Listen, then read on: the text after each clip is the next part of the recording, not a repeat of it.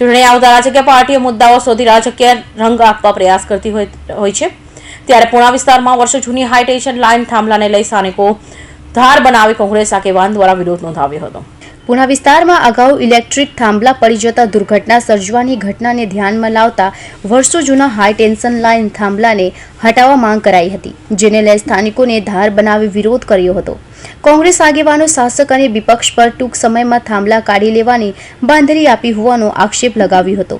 કોઈ કામગીરી ન કરતા હોવાનો આક્ષેપ કરતા કોંગ્રેસે વિરોધ કર્યો હતો।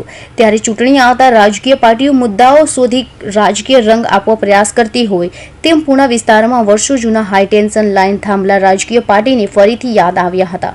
અત્યારે જે જગ્યા પર ઊભા છીએ એ પૂણા વિસ્તારનો નાલંદા સ્કૂલથી કારગિલ તરફ ચોક તરફ જતો રસ્તો છે।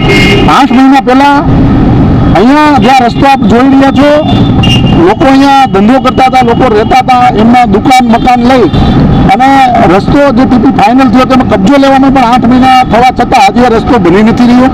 ક્યારે બનશે એ પણ પ્રશ્ન છે।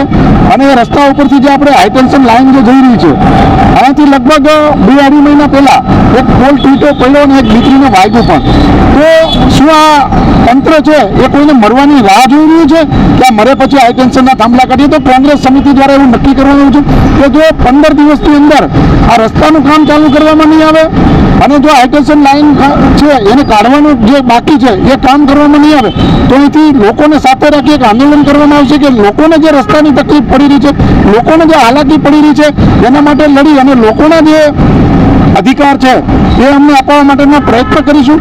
કારણ કે શાંતિથી લોકો અહીંયા ધંધો કરતા હતા, રસ્તો મોટો કરવો છે એનો એમ કરીને લોકોના અહીંથી ધંધા રોજગાર બંધ થઈ ગયા, લોકો જે રહેતા હતા એમનો પણ કબજો લઈ લીધો, એની સામે વાંધો નથી, પણ ત્યાર પછી જે રોડ રસ્તા બનવા જોઈએ 8 મહિના છતાં પણ બનતા નથી અને જે હાઈ ટેન્શન લાઇન છે એ પણ નીકળતી નથી। તો એ પણ એક પ્રશ્ન છે, એને લઈ અને કોંગ્રેસ પક્ષ જો આનો નિકાલ નહીં આવે તો અહીંથી આંદોલન કરવામાં આવશે।